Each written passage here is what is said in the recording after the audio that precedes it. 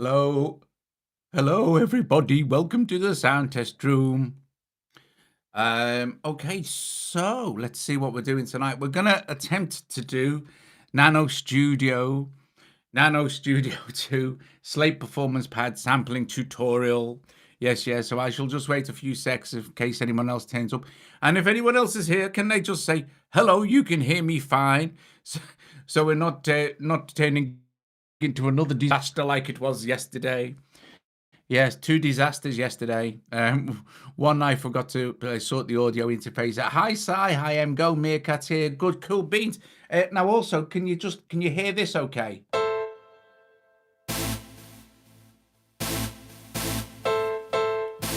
Great. Okay. So we're all plugged in properly. I've reset the internet tonight here, so hopefully that might be a little bit better. And 1 2 1 2 1 2, and all levels seem to be working okay. So what we're going to do tonight is we're gonna dive into Slate Performance Pads just to show you guys how incredibly brilliant it is for sampling and how easy it is to use, and the really amazing control you get for a sampler that's built into something else. Right, okay, so first of all, what we're going to do is I'm going to use my mouse pointer here, so my fingers aren't in the way, so you can see what's going on. And we're going to sample in. I'll just try and reconnect. Okay. Sorry about that, guys. I seem to have had a buffering experience already, which kind of means that I'm thinking the internet might be flooded a lot around over Christmas. Probably with people last minute Christmas shopping. Right. Okay. So what we're going to do is, if as long as Joe's going to tell me if it buffers anyway, so that's no problem. She's going to moderate everything. We're going to start with creating a completely blank slate pad, and I'm going to show you how to sampling using an audio interface, or the mic if you like. The audio interface I'm using is the big UR44, which has got 6 inputs. Okay, so we're going to be doing like sampling in stuff from the MoDX, and we're going to sample in stuff from like a guitar probably as well.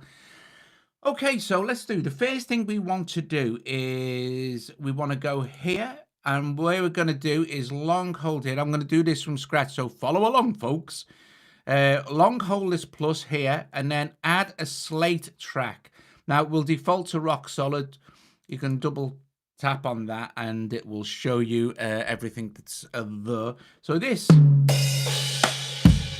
is the default kit sort of thing, which at the moment is a little bit too loud, but it doesn't matter. What we want to do, the first thing we're going to do is go to the little toaster icon here in the top right hand corner, and then it'll default to the pad view here. Then go to kit, and then go to init, and then go OK. And it's going to initialize that kit. There's nothing in there at all. Okay, it's completely blank.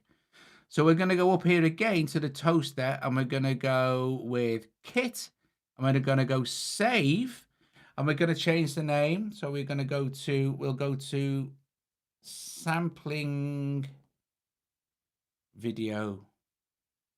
Okay, so this gives us a kit name, but you can call your kit anything you like. Save.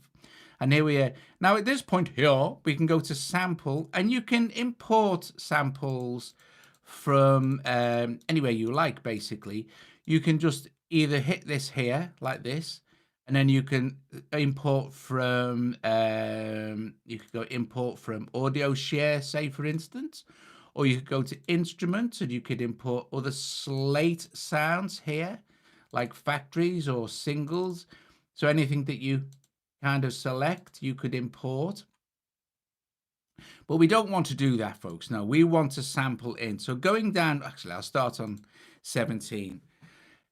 This is the file, okay? So this is where you can select the whole kit to load in, different things like that. Don't be worrying about stuff like that. This is the sampling page. Okay, we'll get into all this. This is where we're going to use our to record in. Okay, this is the pad settings. We're going to go through all of these in some considerable detail. This is the effects bus settings per pad, and these are your outputs per pad. Okay, so let's go to sample. First thing we're going to do is hit record. Before I do that, if you're using a hardware keyboard, I'm using the Yamaha Mode X to create sound, but I also use the Yamaha Mode X as a MIDI controller, as most of you already know. So what I really don't want it to do is pick up the MIDI to control Slate with like Slate, Obsidian, and other synths and stuff. So I want to go into Slate settings here, NanoStudio settings, go to MIDI, and I'm going to go to inputs, and I'm going to make sure that my Steinberg UR44 is switched off, which is my MIDI input. If that was switched on, then while I'm sampling it, it's also going to trigger other pads as well, but that's neither in or there. Okay, so let's go back here because that's all correct. I'm going to go to sampling video, and the first thing we're going to do is hit the record tab, and then I'm going to hit monitor enable.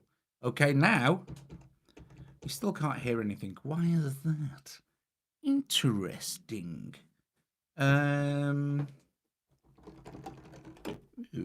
you knew. That's weird. I should be able to hear my kit now. Right, so bear with me while I try and work out what my issue is. Must be something. Right.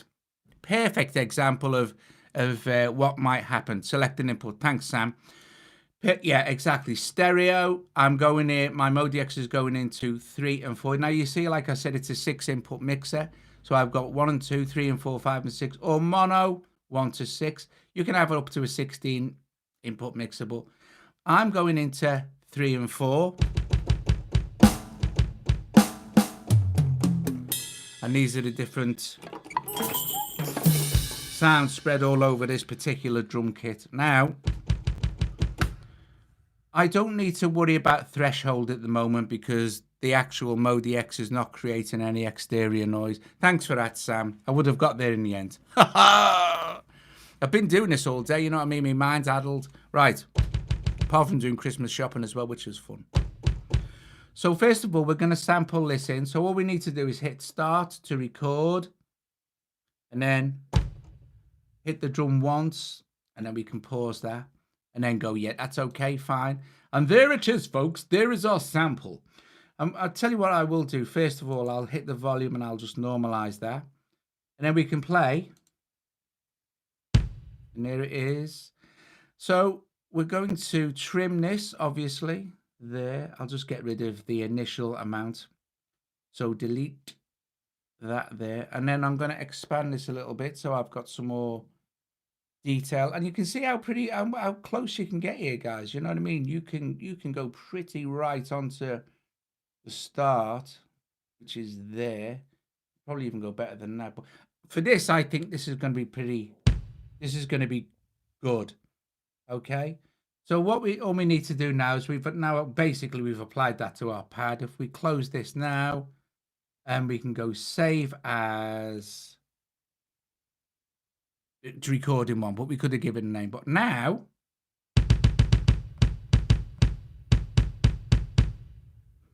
it's there and sorted for us. We can change the direction, or you can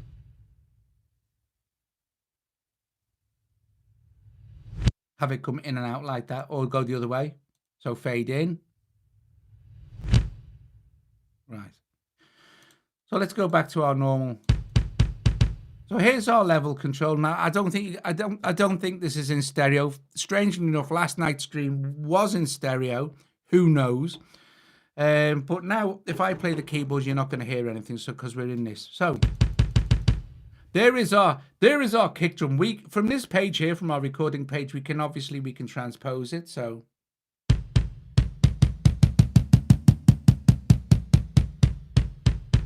But I don't really need to worry about that. We've got fine tune, we've got an offset. Okay, and a level control and a pan. Then we've got pad control. Okay, so at the moment this is on one shot. And to be absolutely fair, one shot for the kick drum is absolutely fine. Okay, so let's go down and record something else for starters. Let's record a cymbal crash for this.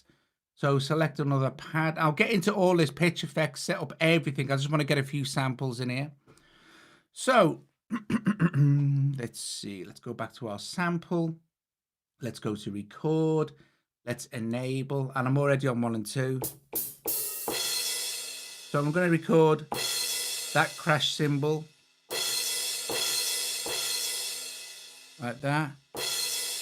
And we're just going to wait till it fades out. And then we can rewind it actually. And I'm going to hit this record. And do this. Like that. Right, okay, cool. And go, okay. And then there's our cymbal, which definitely needs to be normalized. Like this. And then we shall get a basic edit going before I delve in any deeper to that. So I'll just give you an idea of how actual close you can go. You can get right in there. I mean, you can get even closer than this. But we'll delete that for now. And there it is. So go back there and we can go save as this time, and I can just save it again as recording too. I'm not really bothered about naming stuff. Okay, so this is obviously going to be too loud, so we're going to drop the level right down.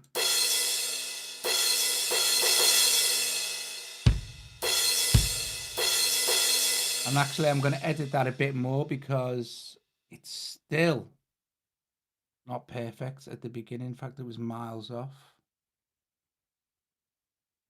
Delete. See how close I am now.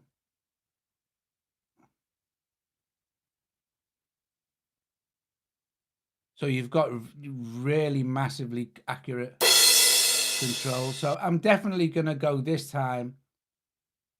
Save as, and then we'll call it crash. Save, and then we've got crash. And that's much better. And then we could actually go into the what's it now. What would be nice, right? I want to do if I want to have those trigger at the same time, we can let's turn that down a little bit. We can really set that up really easily as well. So for this section, if I go to my pad control here, okay, and I go to setup, watch the note, the MIDI note here, which is E3. If I turn my MIDI control back on now, I'd hear that. So this is E3. And watch it change here. That's 68. So if I set this to 68 as well, I'm going to fire both of them off at the same time.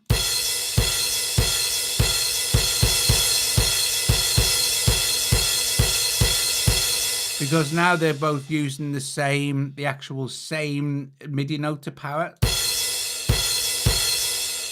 So that might be quite nice if you want to do that kind of thing. Well, I'll show you another way as well. So I just want to give you an idea. So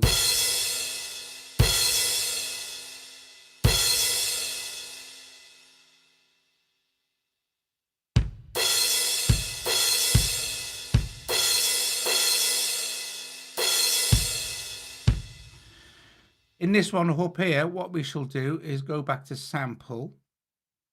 And I shall put in, record another kick in that one, like that. So just quickly record that. Okay.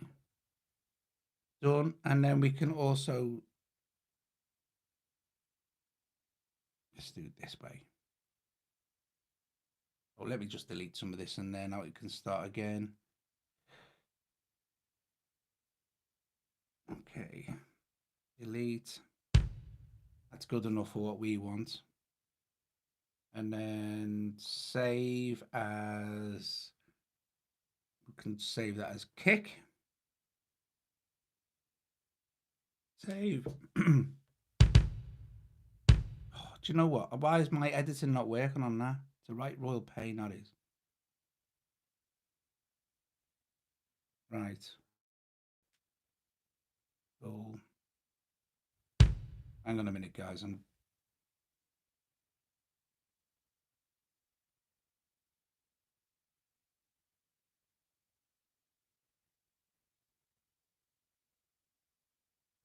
Okay, so we want to delete. And then save, overwrite. Right, great. So we've got the option now inside Slate Performance Pads to stack up to 3 samples. So let's go to sample 2 and 3, but let's go to sample 2 and we'll click on none there. Sorry. Sample 2 and we'll click on record. And let's monitor this as well. And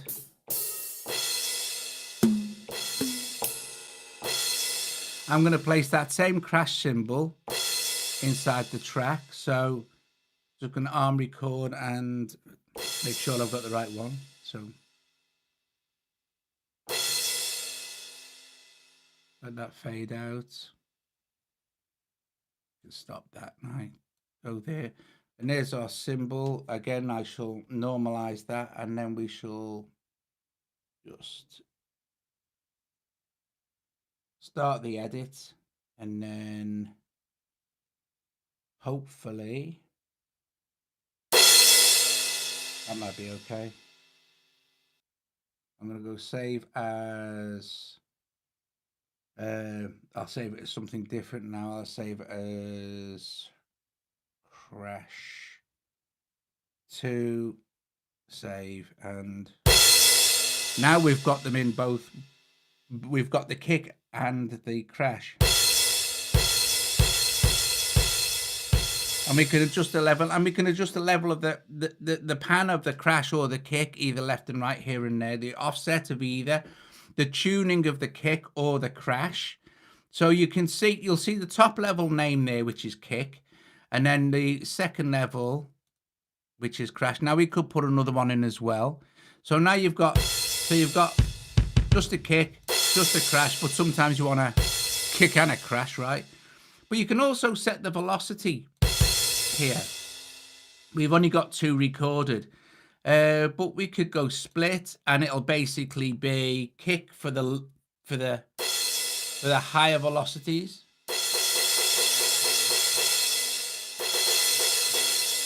I'm not sure how that. But you've got, like, look, you've got lots of control here. You've got all sorts of. I'm not sure how we're doing this, but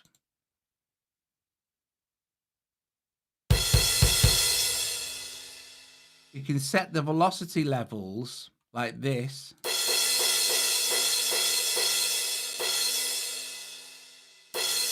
But I'd really need to belt that hard on the keyboard. Maybe I can do it like this if I just go to 1. But they're split like, see? So for instance, on the first one, which is the kick, so we've got a bit of a crossfade as well. The first one, which is the kick here, let's just take the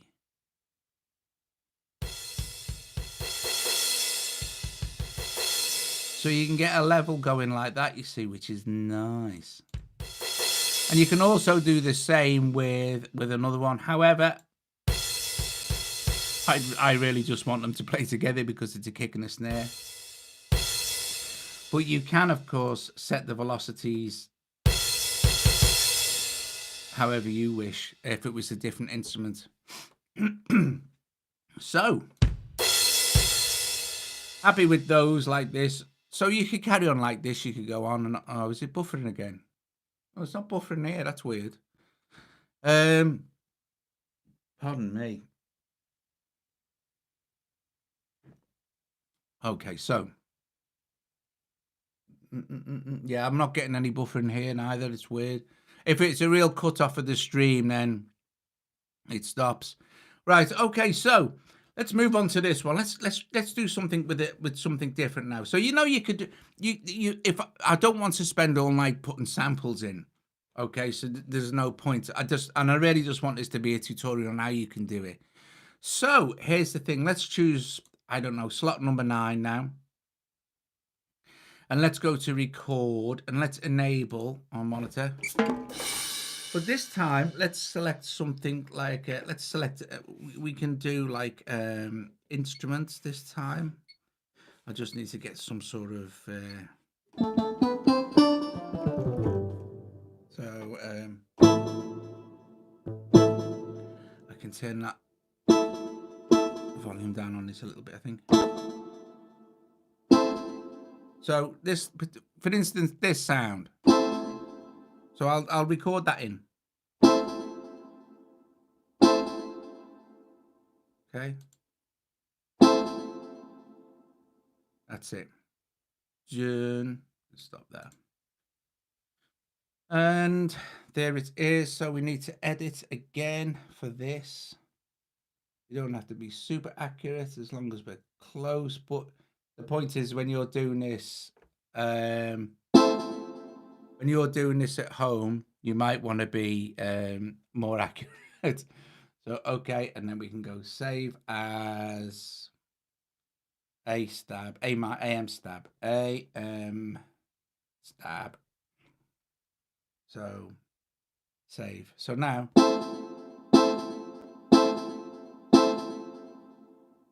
So that had some effects on already. So let's go to the next one here and try something slightly different. So let's go to something like, I don't know, I need to go and record and enable. And I need some sort of, let's see.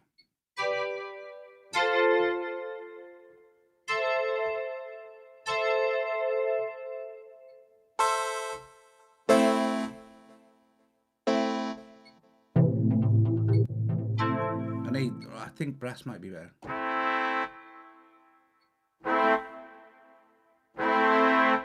So that trumpet ensemble sound. I'll do that as an A as well. But this time what I'm going to do is I'm going to take off the reverb off that's on the actual synth. So I'm just going to have the dry sound. And I'm going to have it slightly longer. So let's see this.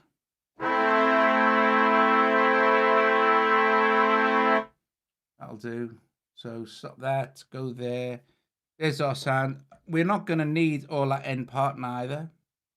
So, and we don't think we need to bother wasting time normalizing at the moment. Just let me delete that. And maybe this tiny bit at the beginning.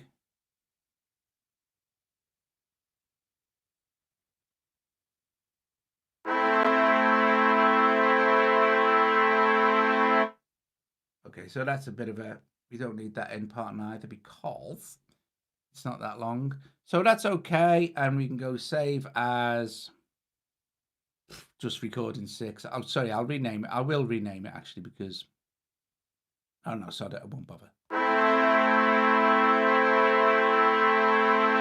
Okay, so that goes on for ages, which you might not want it to go on that long for. Okay, so now we can go into like, let's go into the pad settings here, and there's we got our amplitude, our ADS. It's basically our ADSR.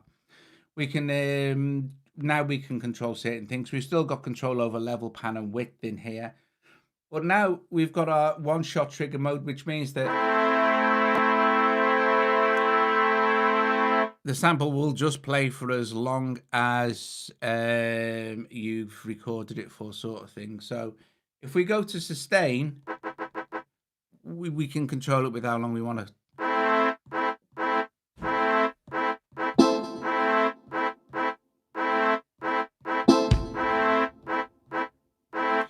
So that's cool beans, cool bananas, excellent stuff. Or you can do sustain and loop.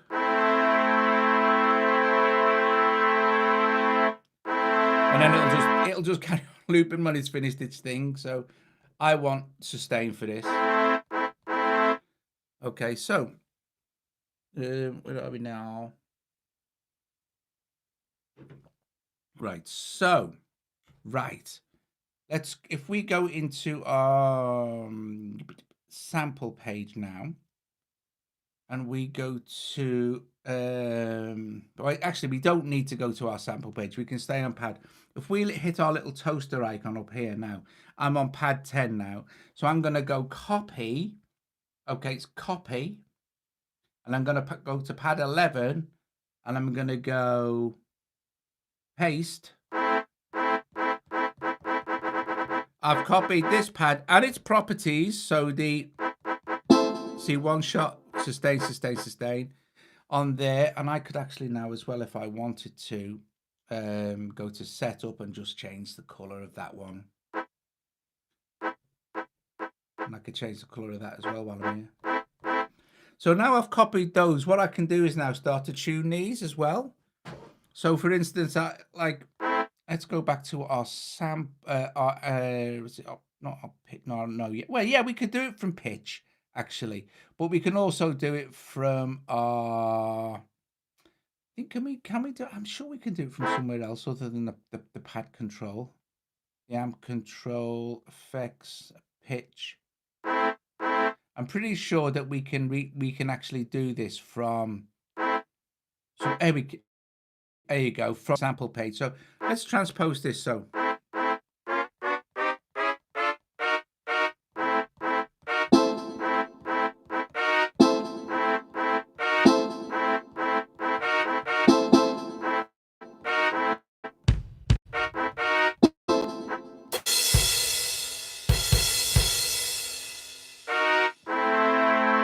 So that's fab. But some other very, very cool stuff you can do now with this as well is we can apply effects, but we've also got some really nice stuff on the pad page here.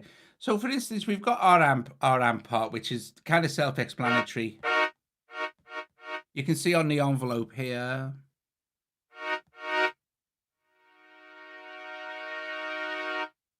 But the sample isn't long enough for it to be worried about that.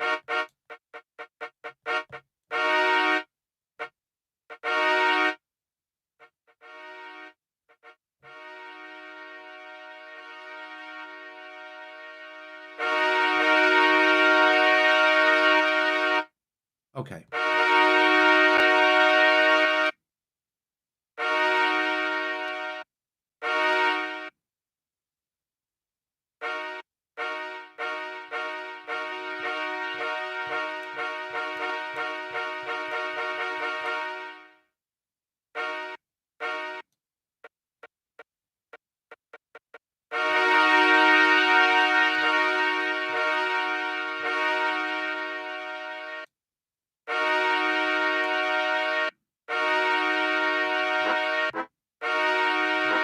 So you can start to do some really cool stuff just using the actual, and you can check on this one and that one.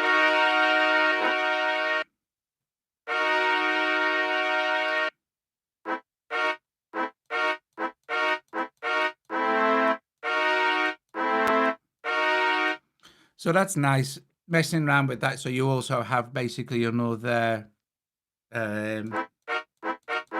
another control over your envelope for this once you've got your sample in there, sort of thing. Now, what's nice is the pitch as well. So you've kind of got, you can do the transpose and the tune here as well. You've kind of got a pitch modulation for each of the samples as well, which is really nice on samples that sustain for longer. Yeah, but I don't think BM3 is quite up to NanoStudio 2, you know what I mean? I never use BM3. It's too, I find it miles too complicated. I'm so much not a sampling person normally. This is why I kind of like this, because it's easy for me to use. Do you know what I mean? I did enjoy using BM3 when it first come out, and I was playing with different, but I just found it for my workflow, which is totally not kind of BM3 orientated sort of thing. I think it was just easier, but yeah, but there you go. It's one of them things, isn't it? Yeah, but I will say though that BM3 has probably got the best sampler on the planet. I mean, software, hardware, your VSTs, anything you like. I don't think there's anything the BM3 sampler can't do. This is it, you see. And I know you can do linear timeline in BM3 pulls, you know what I mean? But I just found it really, I found it really complicated, but not complicated, just not my thing. So what? Let's quickly have a look at this. So let's apply our pitch envelope. So this is nice, right? So you've got a level control here. Well, you can watch the beginning of this. Let's just put the attack up a little bit. Watch the level control now. See what happens. So if we do it now, or if we go a negative level sort of thing, we can increase this now because. So if I go really negative level, because it's quite a long sample, you'll get quite a dramatic effect. Do you know what I mean? That's good. I had visions of you floating down the street, one of Doug's synths. Now you see, Paul, that's what I mean. But you've got to admit it, though. The BM3 sampler is incredible. But I love this because it's dead easy. Listen to this. You can create tape stop effects, right?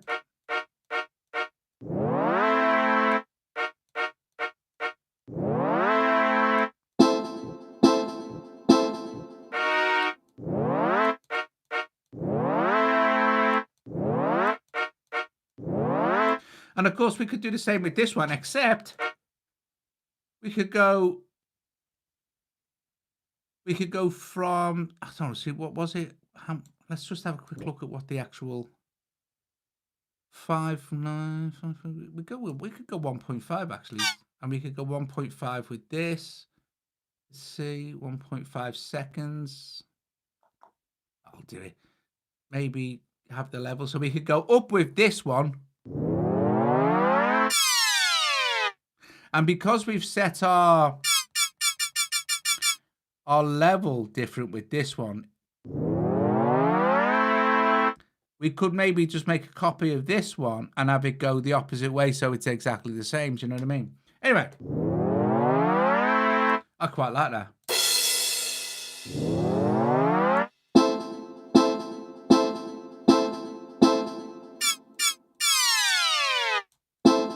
So you could get some really cool dubby stuff going on.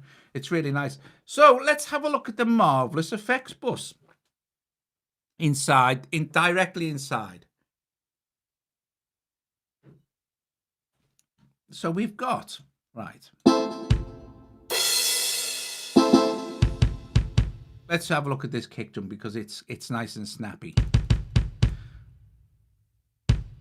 So that, you know, you could also record little sequences in as well if you wanted to, you know, or drop loops in and things like that. It's pretty easy to use. Anyway, effects. So here's our effects bus, right? And you will see across the top here, you have four effects buses. The effects buses are EQ, compressor, filter, and then you have sends, which are a reverb and a delay. Okay, so these are for every single pad. Okay, for every single pad, you have these effects available for you. That you'll see. Cool. And then you have you'd have output effects as well as send effects. So you have insert and sends. Okay. So if we go to our effects bus here, you have 1, 2, 3, 4. We could do this. We could go into our sample or our pad settings. And if we look at the pad effects, these are the effects that affect the pad overall. So not just the sound within the pad. So you have a way. So let's have a listen. So you have a filter. Remember, these are like pad effects. We're not even touching the sample effects yet. Okay, so it's just, if we go to, let's see, have a look at our pad settings now. Let's have a look at our effects bus. You must note, look here, right? You must see on pad, if we go to amp, where it says effects bus 1, none, that means that there's nothing been routed to this. Let's switch effects bus 1, and you'll notice a little 1 appear in the corner here. I can change this up to 4, you see? This is important stuff. This has now been routed to effects bus 1, and we have a direct go to effects bus 1, which is exactly the same as going to It's exactly the same as going to here like that. No, it's not actually, dickhead. It's exactly the same as just going to here like this. So this is effects bus 1 now. Okay, and this is our kick. You can see it's coming in. So we have an EQ which we can turn on like this, and you see as soon as we turn it on, it lights up. So we could take out like all the bass, and we could take out some of the mid, and we could be really silly, increase the top end. Let's take that back. So sounds quite nice actually. So listen. So you can really sculpt. You can really sculpt the sound just with the EQ section. Like that. Very nice. And all the rest of it's grayed out, so you know you can see the one you're working on. Then you have a compressor. You can turn that on and select it. You've got makeup gain here, which is the most hearable effect with the compressor. We can switch that off. We don't need it. Here we have a filter. This is nice. So I've just turned it on, by the way. So to open the filter fully, it will be just as the sound was. We've got some cut off here, so we can again, and we've got we've got a resonance cue. Oh yeah, very nice. So let's take that right down flat. But let's have a look at the filter types, which is nice. You have low pass 6 dB, low pass 12, high pass 6, high pass 12 dB, band pass, notch, peak, and shelf. So you get, I mean, this is per pad. This is per sound on your Slate performance pads. It's remarkably detailed. You can really, really dial in some sounds really easily. Okay, so there's this. So let's have a look here. And we've only got the one. So if we wanted to, you know, you can't, like, I can't set this to 1 and 2 as well, because there'd be no point. But now I could say go to the crash here, and if we could go to our pad sound now and a select crash, but we've still got our affected pad there. You'll see it says effects bus 1. This has got no effects bus. We could apply the same effects by just selecting. So there's the EQ adjustments that you've heard, see?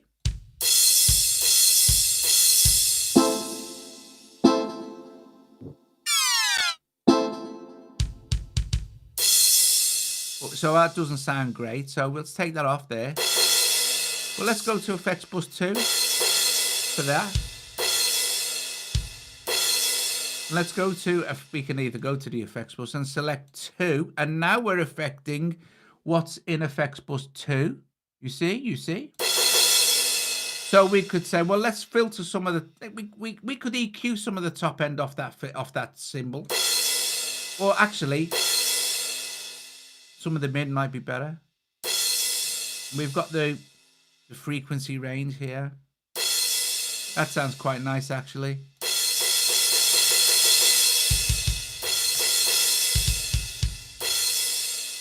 Okay, so that's cool.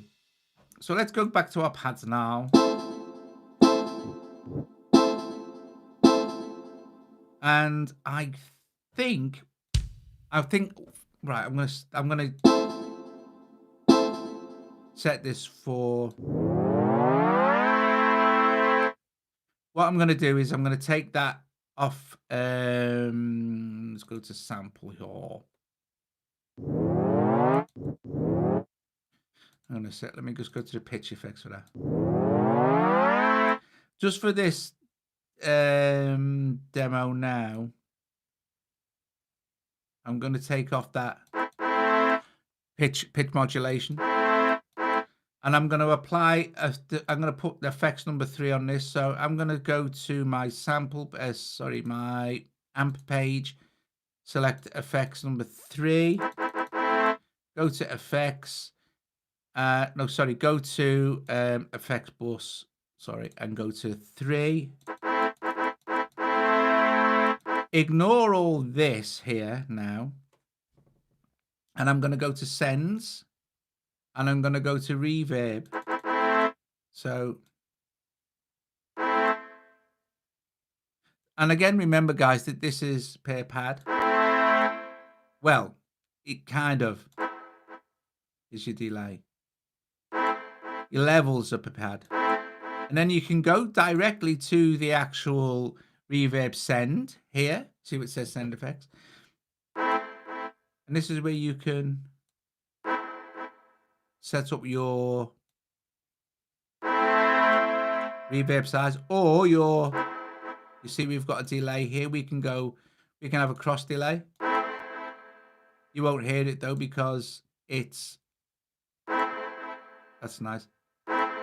This is where we can set our feedback. And our EQ for, we can like for cutting out the top end of the, so you can hear that better now.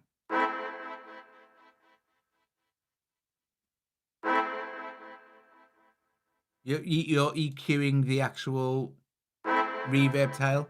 And then we have time. You can do it in seconds or beats or...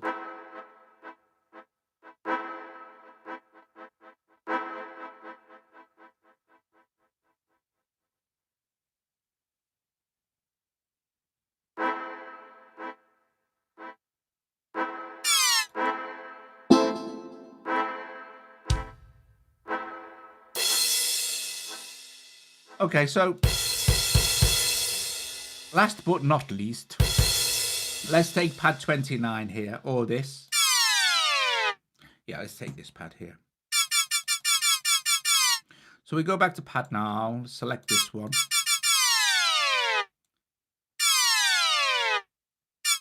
And then we've got on your pad page, not your effects, we use pad effects for this. So actually I'm going to make this less harsh. So I'm going to sort out the pitch back down to there. Set that center. Let's double click it.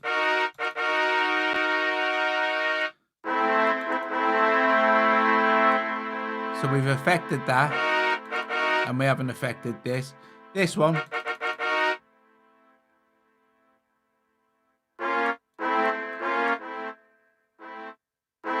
So basically, I've just taken this back down now.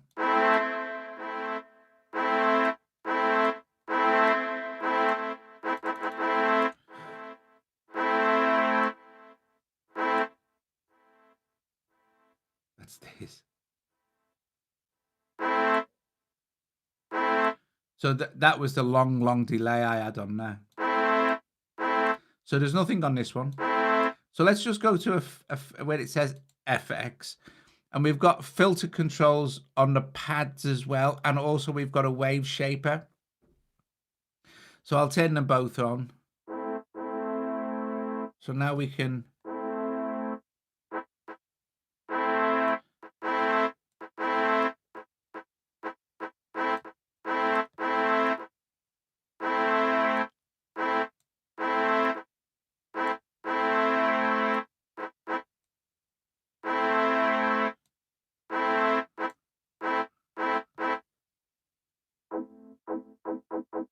You've got like the pitch control, pitch modulation for the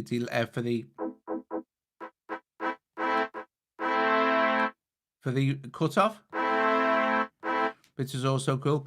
We'll turn that off so you can hear it a dragon.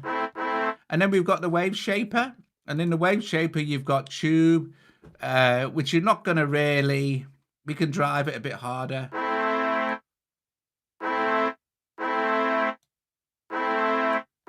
Turn it on. And you can go post filter or pre-filter. And also you have in here, you have soft. That's quite loud. Hang on.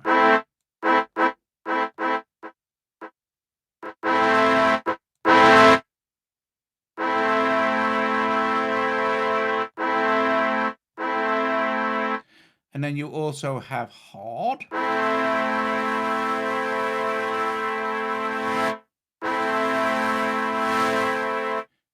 And then you have enhance.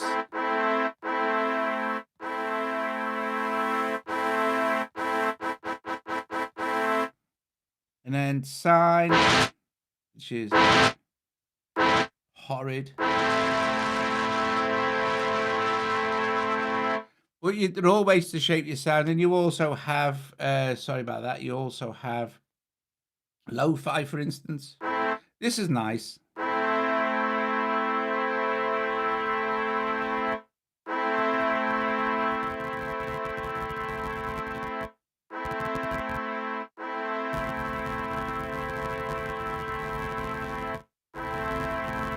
And then you have triangle.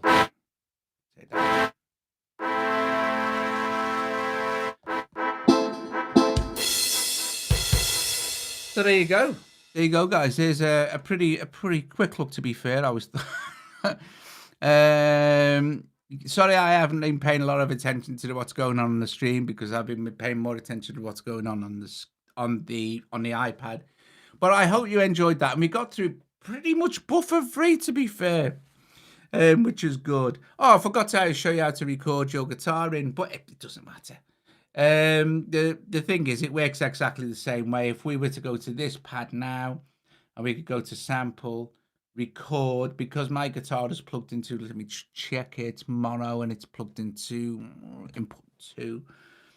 Go to mono, input 2, and monitor. You can just record the same as you would. Need to turn up the volume a little bit on that, I think.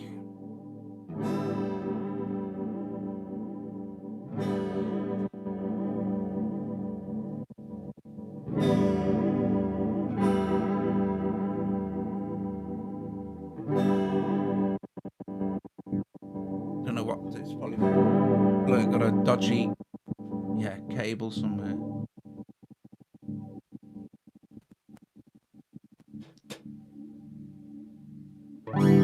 But yeah, you can record your guitar in exactly the same way. Just run it through some effects, or in this case, a big muff.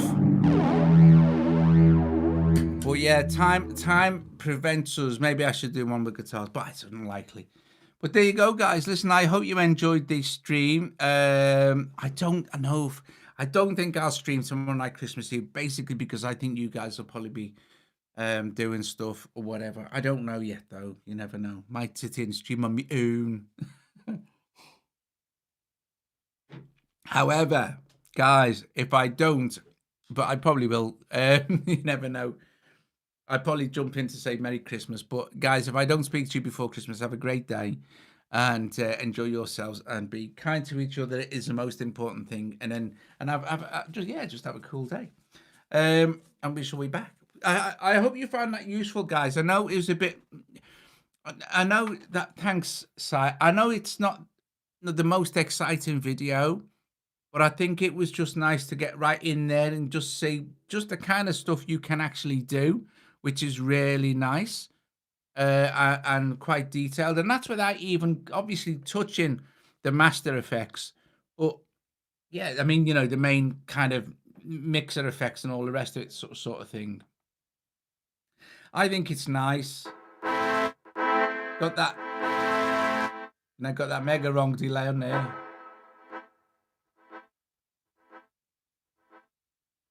That's miles too long, that delay is.